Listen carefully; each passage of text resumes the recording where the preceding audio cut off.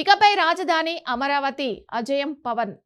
అమరావతి రాజధాని చట్టబద్ధత బిల్లు రాజ్యసభలో ఆమోదం పొందడం ఆంధ్రప్రదేశ్ రాష్ట్రానికి ఒక శుభ పరిణామం అని డిప్యూటీ సీఎం ప్రముఖ రాజకీయ నేత పవన్ కళ్యాణ్ తెలిపారు. ఈ సంఘటన రాష్ట్ర రాజకీయాలు మరియు సామాజిక పరిణామాలలో ఒక మైలురాయిగా నిలుస్తుంది.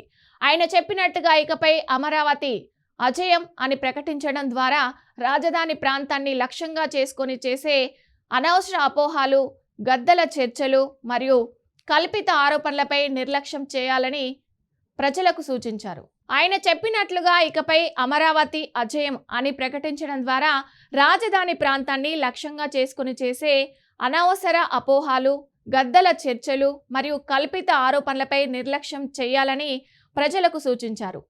ఇప్పటి వరకు అమరావతిని ఉద్దేశించి అభివృద్ధి కార్యక్రమాలు వేగవంతంగా కొనసాగుతున్నాయి. ఇక డిప్యూటీ సీఎం పవన్ కళ్యాణ్ ఈ ట్వీట్ ద్వారా ప్రజలలో నమ్మకం, భరోసా మరియు ఆత్మవిశ్వాసాన్ని పెంపొందిస్తున్నారు. రాష్ట్రానికి ఒక సుస్థిర, చట్టబద్ధ రాజధాని ఉండడం ఎంత ముఖ్యమో ఆయన వివరించారు. ఇది కేవలం భౌగోళికంగా కేంద్రం కాదని, ఆర్థిక, సామాజిక మరియు పాలన పరంగా కూడా రాష్ట్రానికి కీలకంగా ఉందని ఆయన చెప్పడం గమనార్హం. అమరావతిని రాజకీయ వ్యతిరేకత కారణంగా లంచం, వ్యతిరేక చర్చలు లేదా నిర్లక్ష్యంగా చూడకూడదని స్పష్టంగా తెలిపారు. అమరావతి చట్టబద్ధత ద్వారా రాష్ట్రంలో ప్రభుత్వ కార్యాలయాలు, పెద్ద బడ్జెట్ ప్రాజెక్టులు మరియు ప్రభుత్వ, ప్రైవేటు రంగ అభివృద్ధి కార్యక్రమాలు మరింత సులభంగా, సమర్థవంతంగా అమలు చేయబడతాయి. ఇంతదాకా జరిగిన ఆలస్యం, అపోహాలు మరియు వివాదాల కారణంగా ప్రాజెక్టులు కొన్ని చోట్ల ఆలస్యమయ్యాయి. కానీ ఇప్పుడు చట్టబద్ధతతో అమరావతి అభివృద్ధి వేగవంతమవుతుంది. ఈ కొత్త చట్టం రాష్ట్రానికి నిరంతర స్థిరమైన పాలన, లాజిస్టిక్ సౌకర్యాలు, ఉద్యోగ అవకాశాలు మరియు మౌలిక సౌకర్యాల రూపంలో ప్రజలకు ప్రయోజనం కల్పిస్తుంది.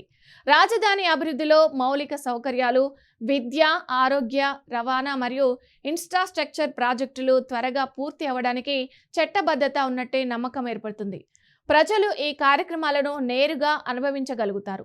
ఇక అదే సమయంలో రాజకీయ వ్యతిరేకుల వ్యాఖ్యలు, అవాస్తవ ఆరోపణలు మరియు ఆందోళనలు ప్రజల దృష్టికి ప్రత్యేకంగా ప్రాముఖ్యత ఇవ్వకుండా ప్రజల నమ్మకాన్ని, రాష్ట్ర అభివృద్ధిని ముందుకు నడిపే విధంగా మారుస్తాయి.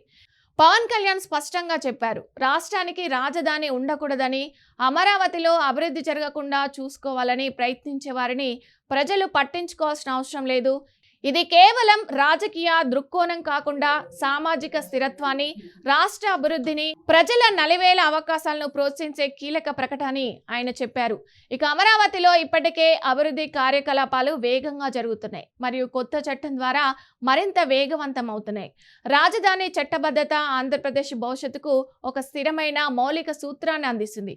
ఇది ప్రభుత్వ పనులను క్రమబద్ధం చేస్తుంది, మౌలిక సౌకర్యాలను పునరుద్ధరిస్తుంది మరియు ప్రతి ప్రాంతంలోని ప్రజలకు సమానంగా లాభాన్ని కలిగిస్తుంది.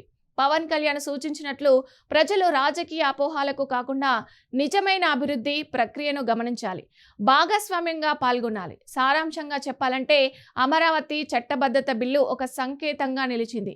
ఇది రాష్ట్రానికి స్థిరత్వం, అభివృద్ధి, పాలన సమర్థత మరియు ప్రజల నమ్మకాన్ని అందిస్తుంది.